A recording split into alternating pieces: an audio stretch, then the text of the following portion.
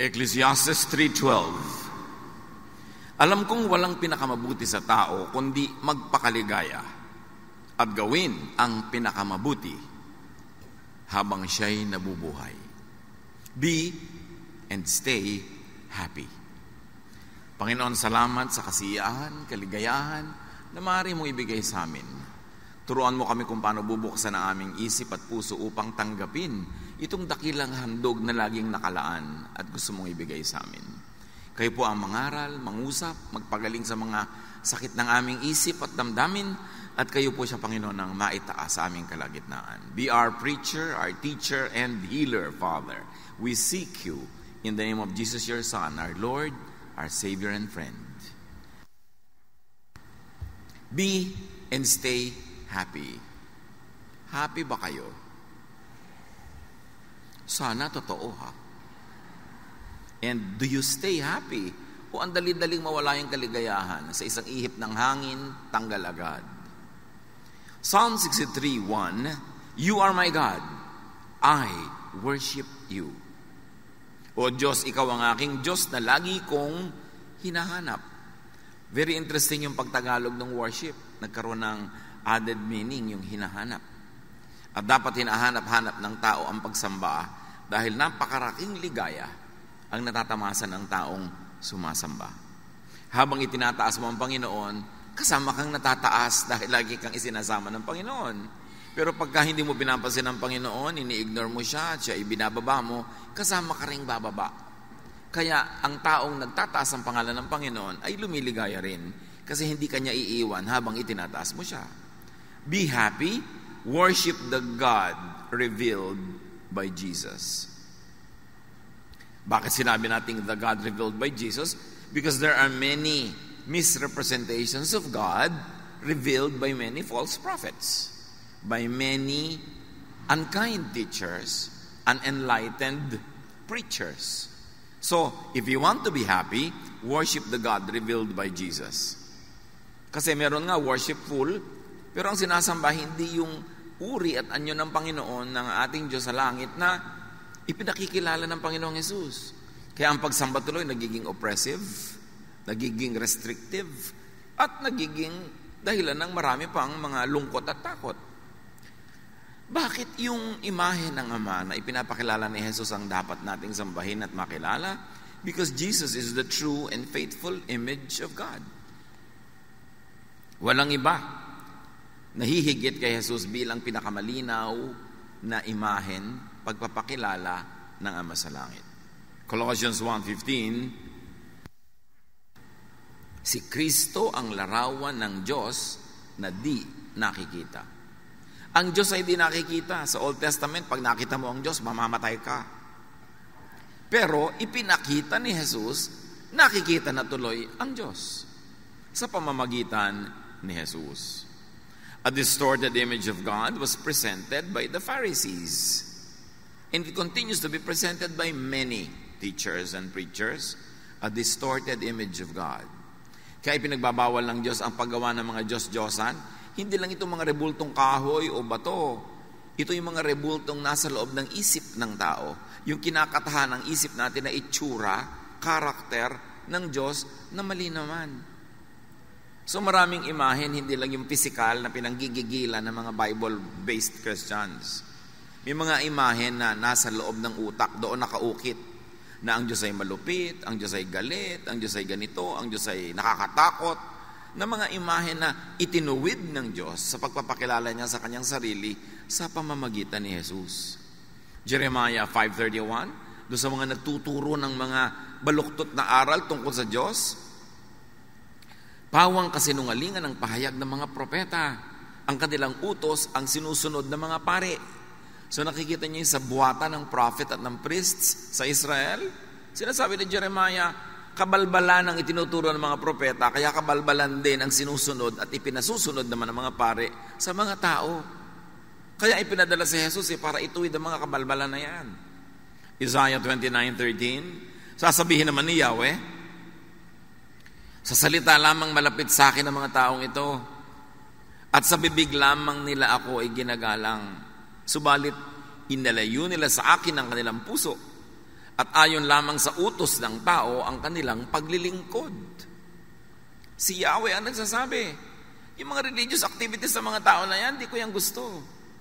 Kasi imbento lang nila ang pinagmumula ng mga kautosan na yan.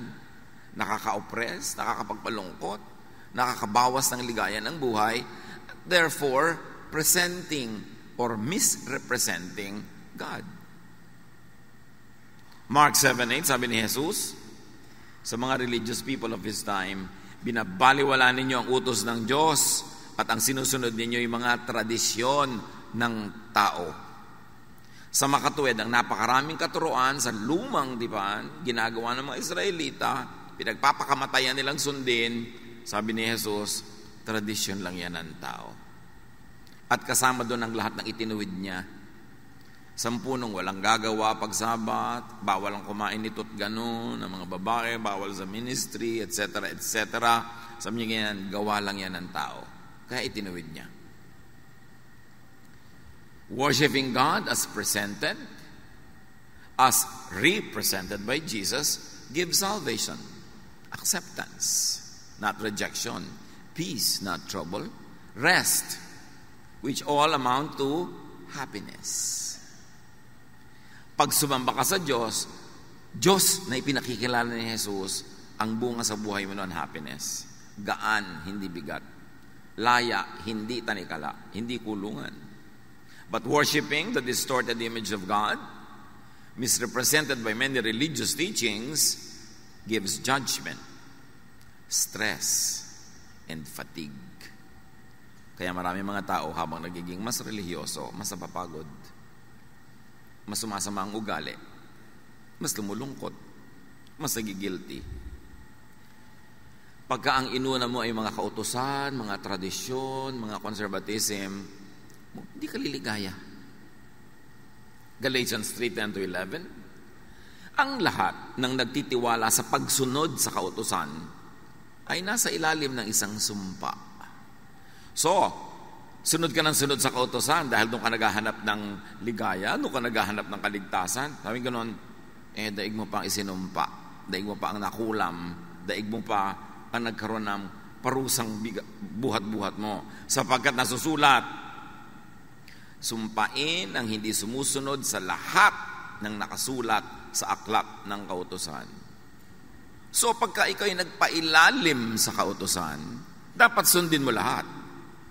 Kasi pag meron kang hindi nasunod, sinusumpa ka. Pero may choice ka na hindi magpailalim sa kautusan, kundi magpailalim sa pag-ibig ng Ama na ipinakilala sa pamamagitan ni Jesus. So pumipili ka, law or grace?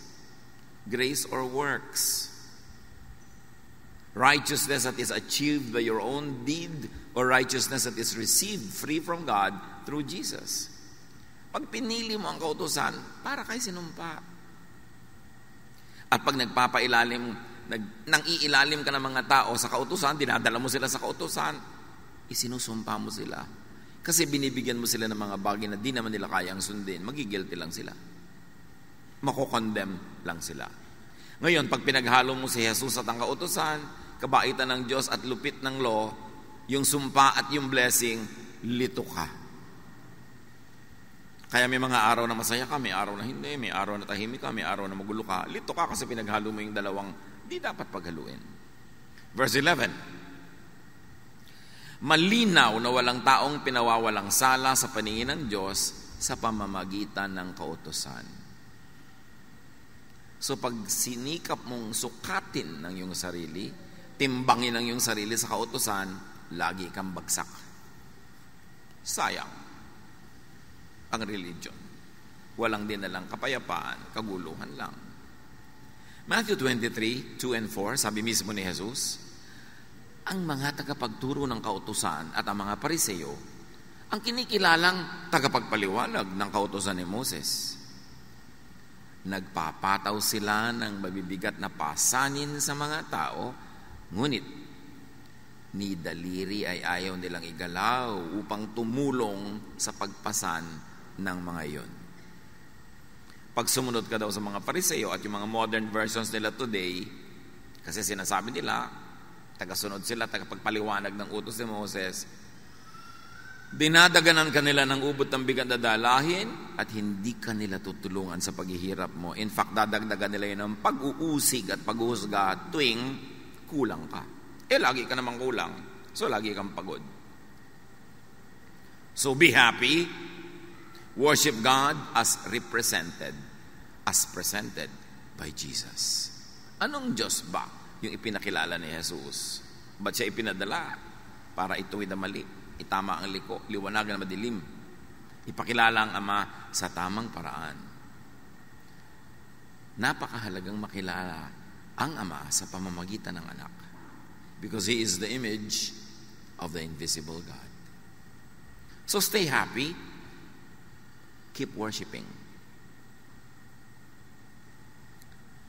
Pwede ka naman magdasal sa bahay Pwede ka naman magbasa ng Biblia sa bahay. Pero bakit pa magpapagod ka, tatawid ng ulan o alikabok, init o lamig? Because there is happiness in corporate worship. Pagka mga anak ng Diyos ay nagsasama-sama para magpuri, magpasalamat, bumababa ang luwalhati ng Diyos in a very special way. So defend and protect your worship from the thief. May magnanakaw Ninanakaw yung worship. In fact, dumating ka na nga sa worship place, hindi ka pa rin maka-worship kasi nainis ka, nanakawan ka na naman. Kasi naghanap ka ng mali, nanakawan ka na naman. O nagpapaabala ka sa text ng text sa'yo na wala namang katuturan habang nag-worship ka, nanakawan ka nun. Kaya textan mo, hoy, magnanakaw, tumigil ka. Ninanakawan mo ka ng worship time ko Diba? Yung mga dumadapo sa isip mo na kung ano-anong mga guni-guni, mga alalahanin, dinanakawan ka. Nandiyan ka na nga, nanakawan ka pa rin. Sayang naman. Buti pa, hindi ka na dumating, pa hindi ka nagastos ng pamasahe, oras, yung pala nananakawan ka rin Kaya dapat ipaglaban yan. John 10:10, dumarating ang magnanakaw para lang magnakaw. Pumatay at manira. Naparito ako upang ang mga tupa ay magkaroon ng buhay na masaganang lubos. At yun ang gusto ng Panginoong Diyos, ang Ama sa langit, na ibibigay ni Jesus sa atin, kalinawan ng isip para tayo lumigaya sa buhay. At isa doon, maunawa natin yung ligaya, ma-enjoy natin yung ligaya ng pagsamba. There is happiness in worship. Marami sa mga nade-depress, isa sa mga nangyayari sa buhay nilang unang-una, tumitigil silang mag-quiet time, manalangin, mag-devotion. Tapos tumitigil sila na mag-Bible reading, tumitigil silang mag-pray, at tumitigil silang sumali sa family, group, corporate worship. Kaya palala ng palala. Psalm 89:15, mapalad ang taong sa'yo'y sumasamba. Sa pagsamba nila inaawitan ka at sa pag-ibig mo'y namumuhay sila. Kaya yung mga taong laging ayoko pong sumali ng choir, ayoko pong mag-Sunday school teacher, ayoko magkaroon ng ministry kasi madalas hindi ako nakaka-attend. Lalo kang sumali. At mas mahigpit yung leader mo ng pag-check ng attendance, pinandidilatan ka na halos mahulaglag ang mata niya pag late ka, blessing yun sa'yo. Kasi nauobliga kang dumating. Kasi pag dumating ka na, ikaw na yung mabe-bless. Alam niyo yung pagdalo sa mga gawain ng Panginoon, yung minsan tinatamad ka, ayaw mo, meron kang negative feeling, habang papunta ka pa lang yun, kasi dinajablo ka Pero pag nandun ka na, ang totoo nun, nagpapasalamat ka na, ay salamat, dumating na ako. At pag pauwi ka na, nagpapasalamat ka, salamat, ipinaglabang ko to kasi meron talaga ako na pala. Yung struggle sa papunta lang yun. Doon kayo dapat magwagi. Kasi talagang nanakawan ka. Psalm 63:1, in my heart I long for you as I would long for a stream in a scorching desert. At ang ginawa dito ang halintulad ay usa na nagtatatakbo ng ubod ng bilis sa napakainit na desyerto. Kaya as the deer panteth for the water, so my soul longs after thee. Panteth, ibig sabihin nun yung humihinga ng ubod ng bilis kasi uhaw na uhaw, pagod na pagod. As the deer pants for the water. Hindi yun isang piraso ng pantalon. Buntong hininga yun. So, napaka-importante kasi sabi niya, para akong uhaw na uhaw ako pag malayo ako sa iyo. Ikaw ang tubig ko, ikaw ang aking living water. So, can you imagine kung gaano uhaw yung mga taong hindi sumasamba? Pero madalas hindi nila alam na yun ang dahilan ng pagkauhaw nila. So, worship lifts God up. And in the process, the worshiper is also lifted up. Sabi, bakit po ba natin itinataas ang pangalan ng Panginoon? Ganun po ba siya ka-proud? Gusto lagi itinataas? No. Pag itinataas mo siya, nahihila ka rin niya pataas. Ikaw ang nakikinabang. Pag pinupuri mo siya. Kasi pag pinupuri mo ang Panginoon, nabubuhay sa iyo yung mga pamana sa iyo ng Panginoon. Yung karakter mo na galing sa Kanya, yun ang nang umiiral, yun ang nangingibabaw, kaya aangat ka at liligaya. Pero pag pinupuri mo sa lifestyle, sa salita, sa buhay mo ay ang dyablo, yung mga karakter ng dyablo na nasa iyo rin, ang mabubuhay. Ang siyang mangingibabaw at mananaig, kaya magkakata-dyablo ang buhay mo. Kaya napakahalaga nung pinipili mo ang iniangat, ang Panginoon. In our hearts, there is a God-sized vacuum that only God can fill. Alam niyo naman yung vacuum. Pero sa puso natin, may vacuum yan. May vacuum for kotse. Pag nagka-kotse, lumigaya ka. Sige. May vacuum for love life. Pag nagka-love life, lumigaya ka. May vacuum for pera. Nagka-pera ka, lumigaya ka. Pero ang pinakamalaking vacuum sa puso ng tao ay yung para sa Diyos. At liban na lang na nandun ng Diyos, kahit mapuno lahat yung ibang vacuum kanina, nagka-kotse ka, nagka-love life ka, nagka-bahay ka, nagka-pera ka, pag wala yung Panginoon sa vacuum niya, hindi ka maligaya. Pero pag ang Panginoon nandun na sa vacuum niya, kahit yung iba wala pa, maligaya ka na rin. Dala ka na. There is a God-sized vacuum that only God can fill. And a lot of that is filled in corporate worship. Kaya ipinaglalaban natin yun eh. Pwede naman tayo mag-worship na lang kanya-kanya, sa kanya-kanya mga sulok-sulok, gilid-gilid. Why rent a big place like this and pay for electricity and water and everything? Because we need a place where we can all worship together. Because God is delighted in worship that is comprised of many people, His children. At sa worship na yun, hindi lang yung nagkakakanta ka, nagdadasal, nagkakakilala kayo, nagkakatulungan, nagmamahalan kayo. Yun pa ang dapat ma-achieve. Kaya merong corporate worship. Psalm 42 verse 2, my soul thirsts for God, for the living God. Kaya marami mga tao, depressed po ako, malungkot po ako. Diyos lang yan, ang kulang. Kailangan lagay mo siya at yung lahat iba susunod na. Although marami pang ibang pwedeng gawin para yung mga depression na yan ay matanggal, pero inuuna mo yung relasyon mo sa Diyos. Kaya tayo tinuturuan. Ba't ba tayo tinuturuan laging be thankful? May ibig mo sabihin, ang gulgulo na ng buhay ko, be thankful? Yes. Kasi pag inisip mo yung dapat mo ipagpasalamat at nagpasalamat ka, ang nabubuhay sa iyo yung espiritu ng pagpapasalamat, hindi yung pagrereklamo. At pag nabubuhay yung espiritu ng pagsasalamat, nagiging magnet yon para lahat ng magagandang bagay magdatingan sa buhay mo. Kaya ka tinuturuan to be thankful. Hindi ka para utuin. O hindi ka para mag-in denial na hindi naman ka masaya, pupuri ka. Hindi ka nga masaya, kaya magpuri ka at sasaya ka. Dalawa lang yan mga kapatid. Ang saya-saya mo, kaya ka nagpupuri sa Diyos.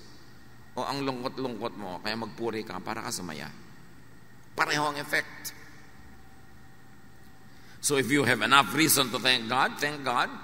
But if you have no reason, you think to thank God, all the more that you should thank God para bukas ang isip mo na oo nga pala, maraming dapat ipagpasalamat.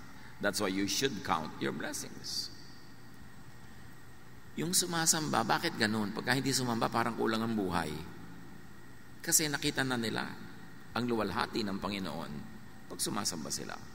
Psalm 63:2, I have seen your power and your glory in the place of worship. Or translated another way, also very correctly, grammatically, is when I worship.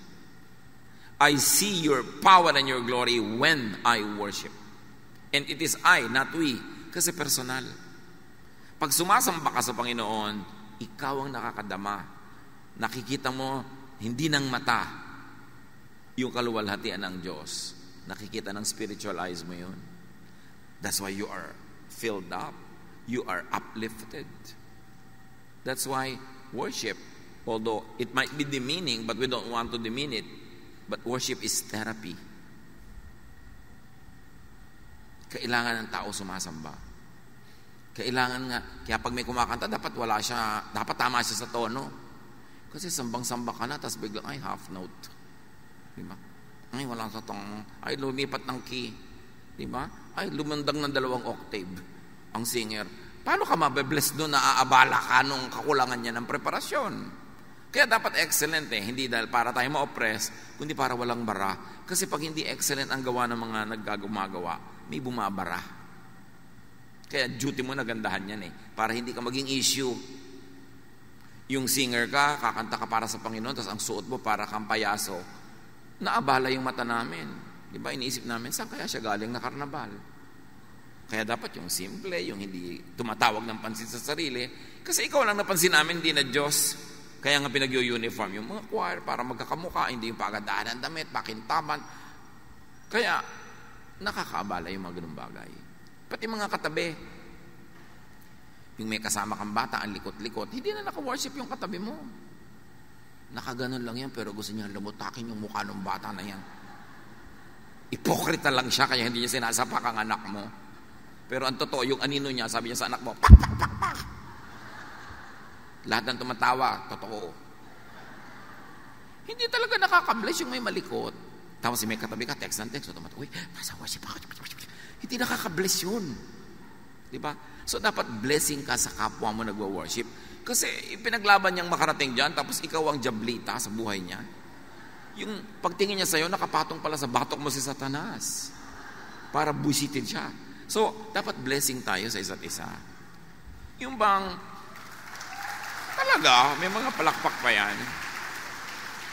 Yung bang, pwede ka namang umusod-usod para yung dumadating, makaupo na agad, hindi yung 5 tao na yung natapakan niya bago siya makarating sa silya doon sa loob.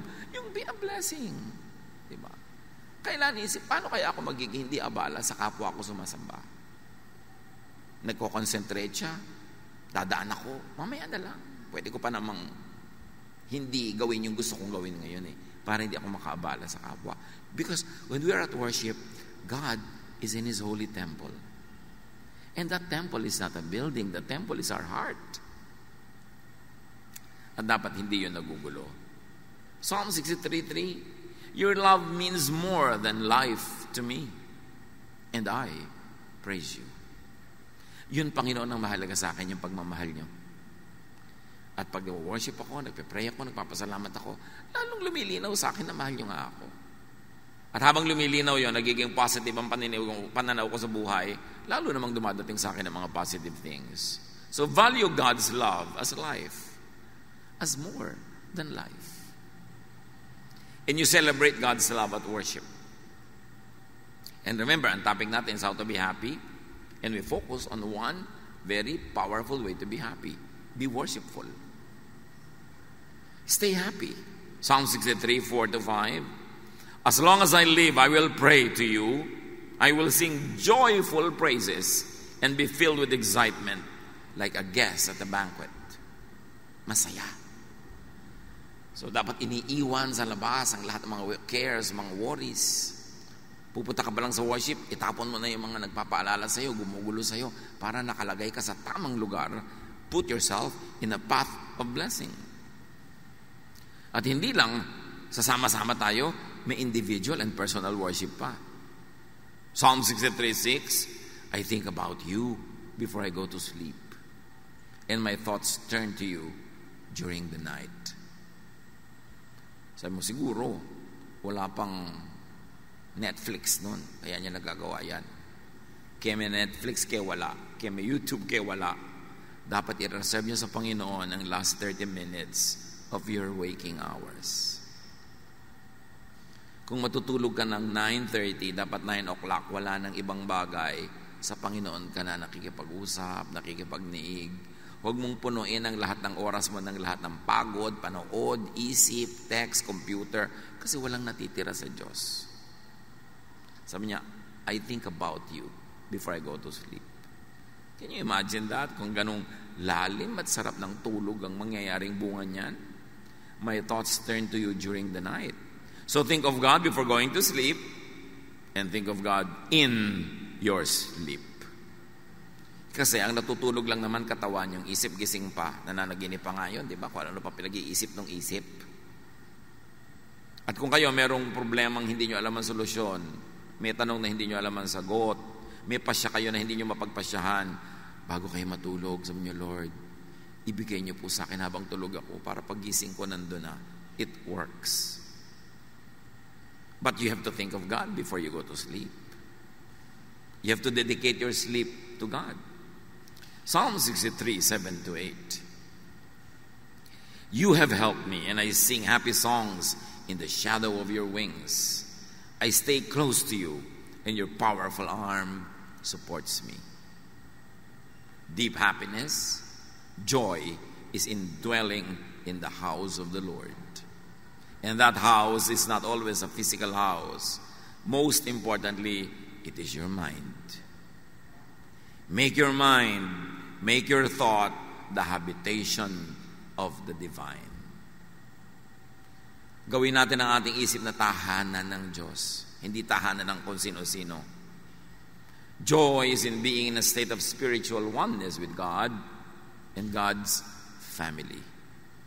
Kaya nagtuturo ng forgiveness. Kaya nagtuturo ng helping one another para may love. At pag may love, may iba pang napuproduce na happiness para sa bawat isang participant in the production of that love. Pag may minamahal ka, may pinapatawad ka, may nare-release na blessing sa kanya at sa iyo at sa lahat ng nakapaligid sa inyo. And that blessing is more than the sum total of everything you do. Nagpatawad ka ng isa, nagpatawad siya ng isa, ang blessing nyo, 10. Namumultiply. Tuwing nagpapatawad ka, merong bangko sa langit na biglang bumubukas at nakaka-withdraw ka ng happiness. Kaya ka tinuturuan magpatawad. Hindi para ka ipaapi. Lugi naman po ako pag nagpatawad ako. O sige, huwag kang magpatawad. Tingnan natin kung hindi mas marami kang lugi. Yun lang may galit kang kinikim-kim, lugi ka na nun eh. Ang laking kalugihan yun. Dapat mabuksan ng maraming tao yung pinto ng pagpapala ng Diyos eh. At ang mga susi niyan, pagpapatawad, pagmamahal, pagtutulungan, pagpupuri, pasalamat. Yan ang nagbubukas ng susi ng pinto ng kaligayahan. Hindi yan itinuro ng walang dahilan. So, maganda kung naintindihan mo, tapos sinusunod mo, pero kung hindi mo maintindihan, at ang tagal mo na hindi maintindihan, sundin mo na lang. At habang sumusunod ka, baka doon mo palang maintindihan. Because while at worship, at hindi lang yun yung formal program ng worship, yung paggawa ng mga bagay na nakakalugod sa Diyos, worship yun. Artist ka, gumagawa ka ng magandang piece of art, worship yun. Singer ka, kumakanta ka, worship yun. At walang secular o holy songs, lahat ng songs sa Diyos. Ang mahalaga yung content. Pinupuri mo ba ang Diyos? Kahit pinupuri mo ang bulaklak na sampagita, pinupuri mo na ng Diyos noon kasi siya ang gumawa ng sampagita. May mga churches bawal kumanta ng secular song. Ano ba yung secular song? Sino umimbento ng kahulugan ng secular? Walang secular. Because the earth is the Lord's and everything in it. Lahat sa Diyos. Ang mahalaga, paano mo ginagamit yon? Nakakaluwalhati ba sa Diyos? O hindi? Pwede po ba kami kumanta sa worship ng sampagita flower? Pwede, basta ipaliwanag mong sa pagpuri mo sa sampagita, ang pinupuri mo ay nag-create ng sampagita. Aamoy-amoy ka pa din, nagpapasalamat ka sa Panginoon sa scent ng sampagita. Kaya lang baka naman mamaya yung kanta mo na tuko sa talong, okra, bahay kubo na yun. So, why not? Pero huwag naman laging puro ganun dahil hindi naman malinaw lagi yung mensahe nun eh. Pero why not? For variety. Basta God glorifying. Napakahalaga na makita mo na you can worship God through anything and everything you do. Kung ikaw ay nanay, wala kayong kabudget-budget, ang ulam nyo lang kamatis at saka tuyo. Basta mo nalang ibinatukal doon sa kaprasong plastic na plato yung kamatis at tuyo. Pwede mo nang arrange na maganda, hiniwa-hiwa mo yung kamatis, konting smiley pa. Worship yon. You're worshiping God by glorifying Him na kahit kamatis at tuyo yon. Ang ganda ng presentation because God is God of beauty. And then liligaya ka pag ganun. Psalm 23:6. Surely your goodness and love will follow me all the days of my life, and I will dwell in the house of the Lord forever. Again, it's not a physical house. Pag yung goodness mo, yung love mo, nakikita sa buhay ko at ginagawa ko araw-araw, daig ko pa ang nasa templo araw-araw. Because my life and my lifestyle becomes your temple. Therefore, with anything and everything I do, I worship. I celebrate life. I live thankfully and gratefully.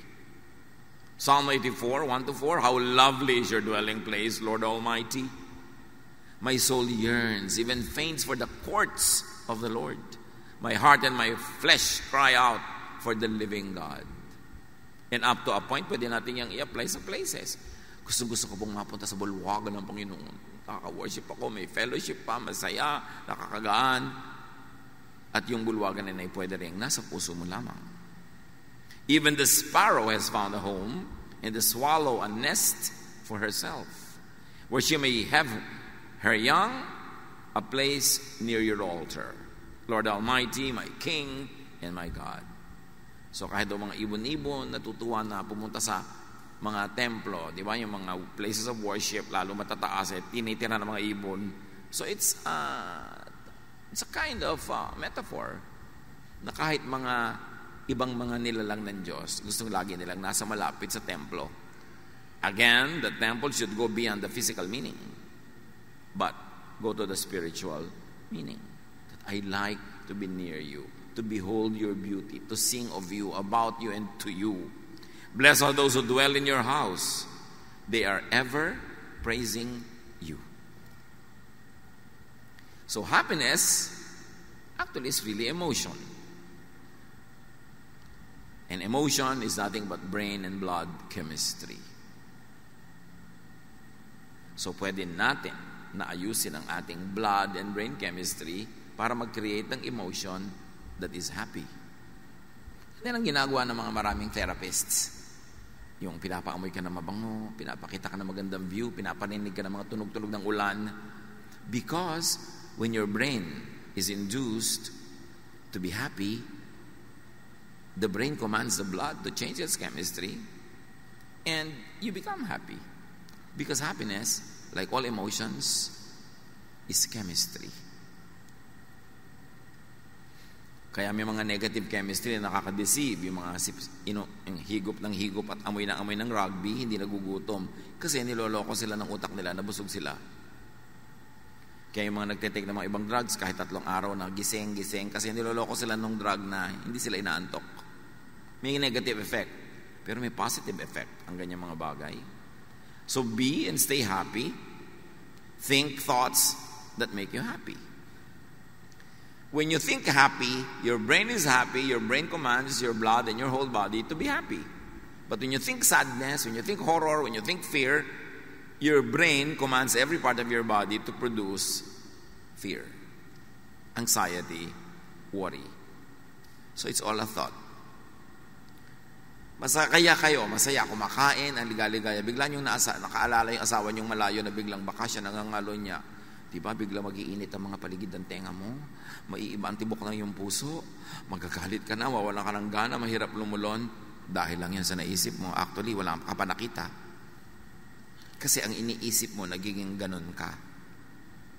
Can you imagine kung paano tinotorture ng mga taong selosa ang sarili nila? Ng mga taong mainggitin, mga taong magagalitin, mga taong mapaghanap ng mali, tinotorture nyo ang inyong sarili. Kasi kung anong isipin ninyo, yun ang iuutos ng utak nyo sa lahat ng bahagi ng iyong katawan na sundin. That's why you can think yourself into happiness. You can think yourself into sadness.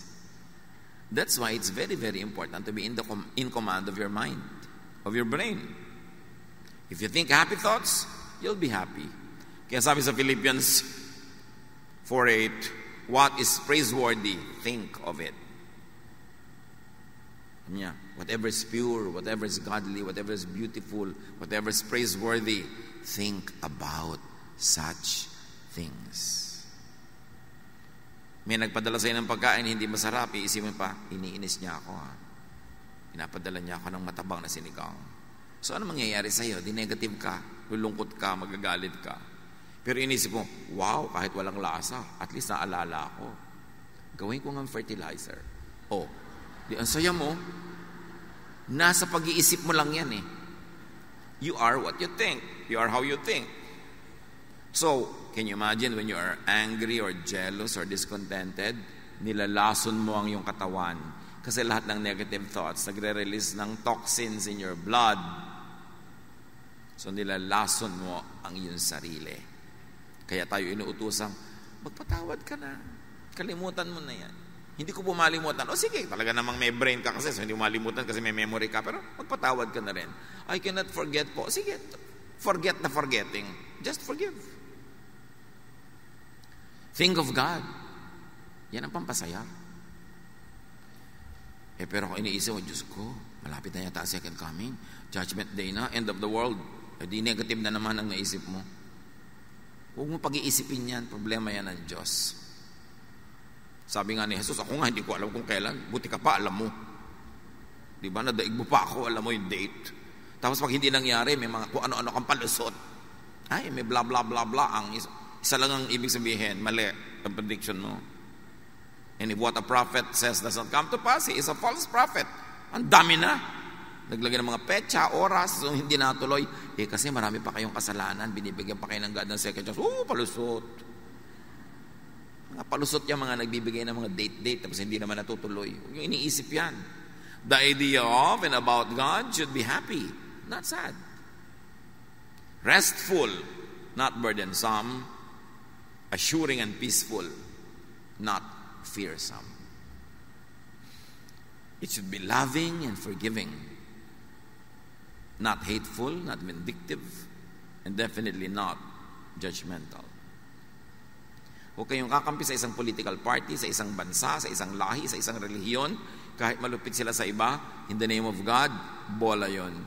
God will not want you to have any part in any violence, unkindness, in anything that robs people of happiness or dignity.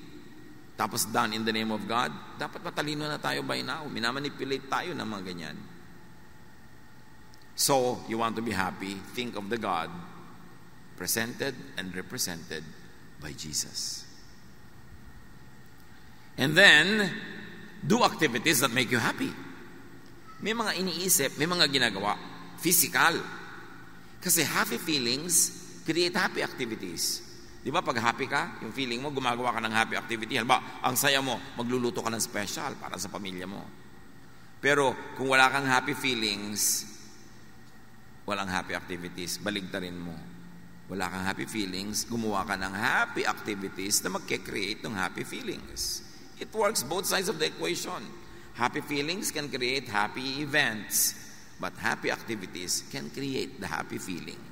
So kung wala ka ng happy feeling, gumawa ka ng happy activity. That's under your control. You can do that. And then, maiiba, mare-reverse, sasaya ka at ang iba.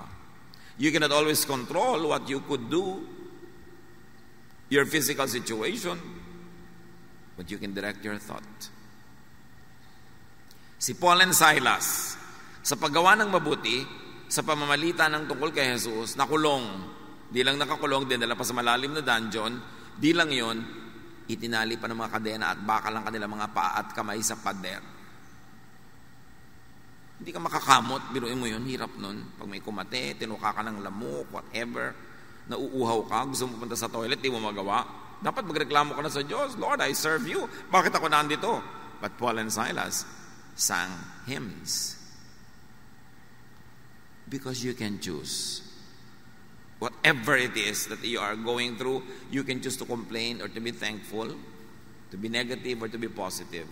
And because they were very, very positive, and they sang hymns and they lifted God up, and all the other prisoners were blessed through their singing, and they forgot their own sorrows and their own complaints, God sent an earthquake that shook the very foundations of the place. Dahil sa pagpuri. Induce desired thoughts and emotions in your brain. Kumbinsihin mo yung isip mo, akayin mo yung isip mo na magpakasaya at aakayin niya ang lahat ng bahagi ng iyong katawan na sumunod. Romans 12:2, be changed by the renewing of your mind. And if I may extend that, change your situation outside of you by changing the thoughts inside your mind. Because it is the thought that is the habitation of God. And it is through thought that the power of God can be made real in our lives. Yan ang dapat natin i-develop, yung mas transcendental, yung mas invisible aspects of the faith, which is really mental discipline. Create happiness in your heart and your mind. At pwede ka nun, either masaya ka, so kumakanta ka, or malungkot ka, kumanta ka para ka sumaya. Pero huwag naman ang kakantahin mo yung tuwing lulubog ang araw. May umabot pa sa inyo sa kanta na yan. Nakakalungkot na mga kanta, nalulungkot ka na nga. Dapat ibahin mo, baliktarin mo. So let and make sensations of sound. Alam niyo, lahat ng buhay may tunog. Yung tinetest ka dito ng takbo ng ugat sa iyong leeg, pag pinakinggan mo yung machine, gumaganyan-ganyan, yung pala hindi mo nadidinig, pero through a machine, dinig. Because lahat ng life may sound. Kaya, punuin mo ng sound ng buhay mo, music, para ka sumaya. Or sight. Tulad nun, pag nakikita lang yung temple, lumiligaya sila, or whatever the equivalent is in your life. Make sensations of smell and scent. Bakit sa Bible, ang dami-daming, you anoint my head with oil, my cup overflows. Surely goodness and love will follow me all the days of my life. The anointing of the oils in the Old Testament, in many ancient traditions, are healing ang effect. Soothing to the emotion, comforting to the body. At yung mga oils na yun, hindi yung mga katulad ng oil na malalagkit, yung mga malalagkit na galing sa petroleum products, 3 araw na nasa balat mo pa, hindi yun ang oil na pinag-uusapan, yung mga pure. Dahil talagang laging healing yan. Sabi niya, anoint the sick with oil and they get well. So may healing powers talaga, yung amoy, yung flavor, at yung dating sa yung balat. So smell, aromatic things, taste, good food, good drink, good fellowship, touch. That's why the laying on of hands are supposed to heal, because touch heals. Kaya may mga kamayan, may mga hug-hug, kasi nakaka-heal yun. And all of this lead to produce happiness. Happiness thoughts, happiness chemistry. So maraming paraan para sumaya. Iniisip mo, o gumagawa ka ng activities na nagpapasaya, o isinasubject mo ang sarili mo sa senses through which happiness, joy, pleasure can pass.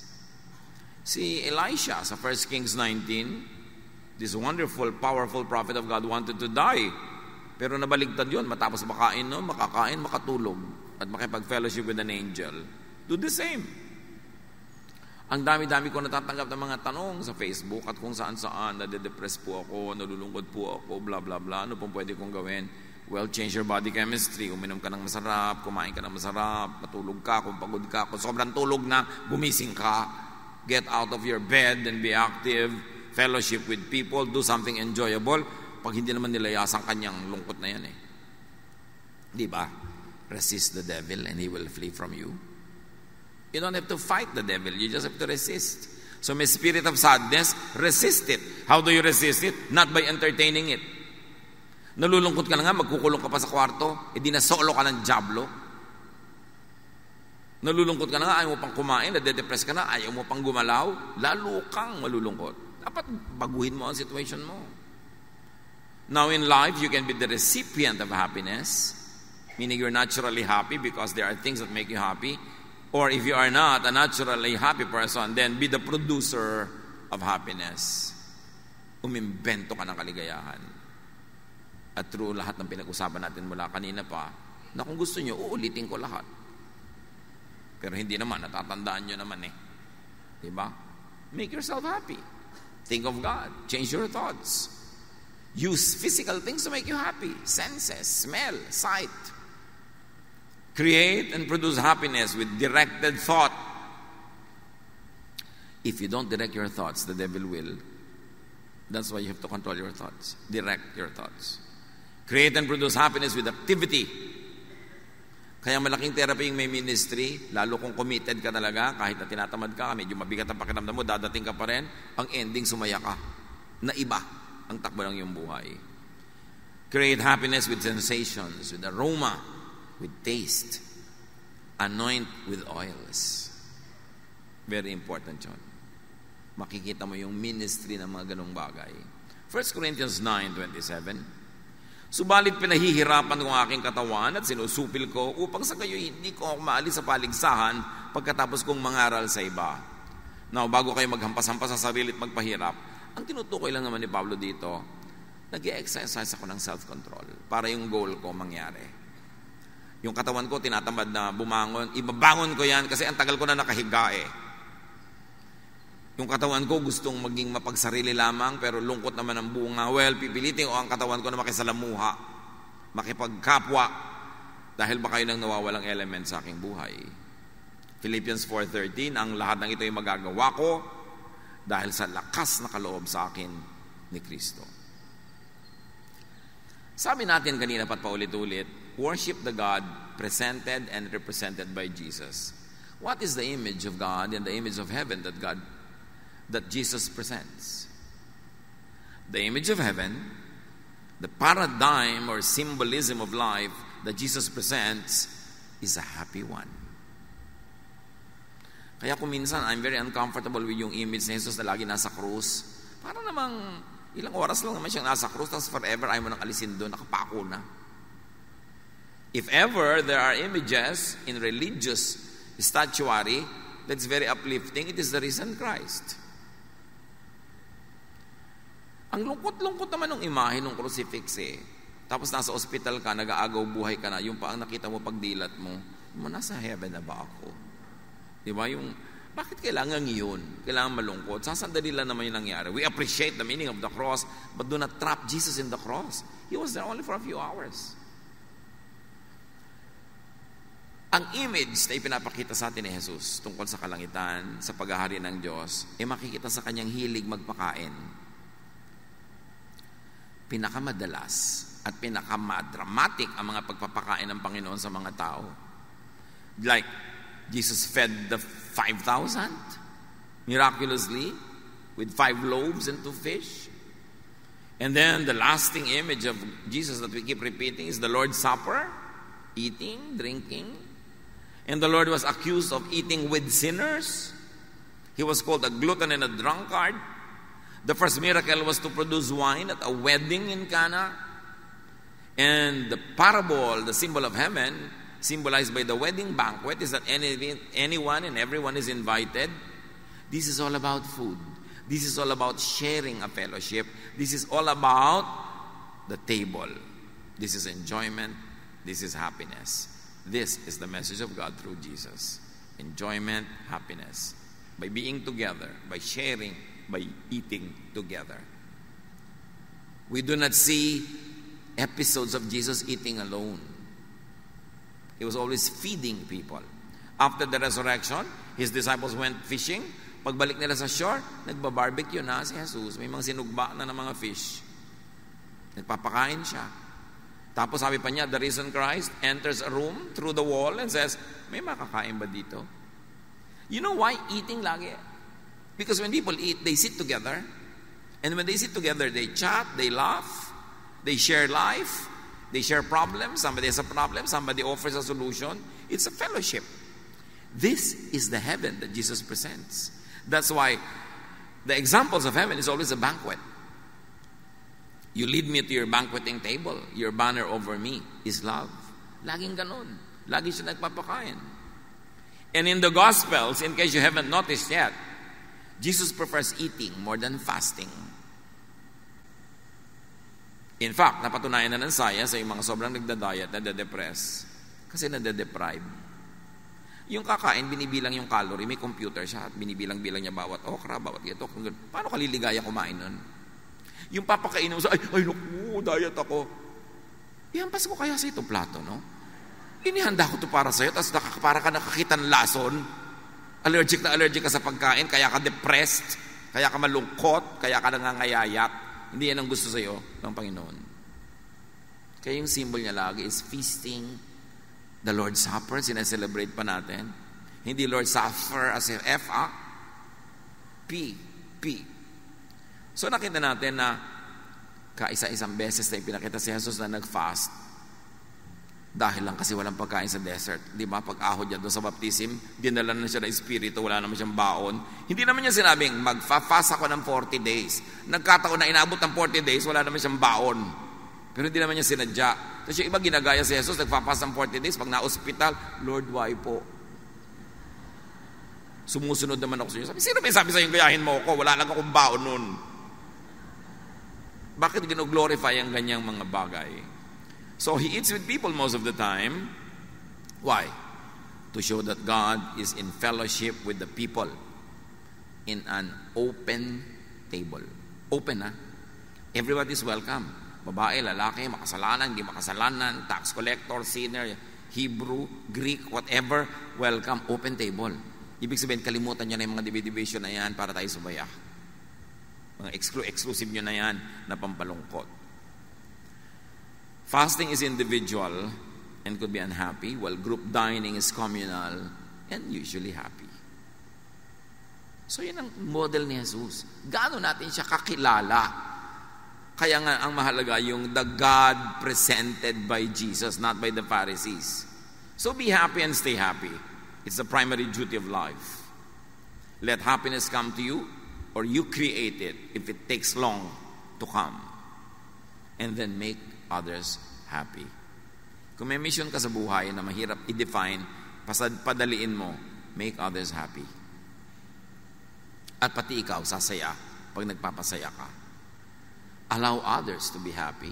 Don't be a killjoy. Let others be happy. Because you keep happiness when you give it away. In deep spirituality, you keep what you give away, and you lose what you selflessly keep for yourself. Ama namin, salamat sa kaligayahan, at salamat dahil ibinibigay niyo sa amin ang mga susi sa kaligayahan. Paglinawin niyo po ang aming isip, para kami nagigilty pag masaya, kasi gusto niyo masaya kami. At sariwain niyo sa amin, pabalik-balikan ang aming isip ang mga paraan upang mapasaya ang sarili. Dahil pag masaya kami, masaya kayo, at masaya rin yung iba sa aming paligid. But when we are miserable, we make everyone else around us miserable as well. Teach us, Father, na huwag kaming maging matigas ang ulo. Today, when we hear your word, teach us not to harden our hearts as in the rebellion of Israel against you. Teach us. Magbulay-bulay tayo sa mandali and make it a mission to make someone happy. Father, continue to minister to your people as we remain silent before you.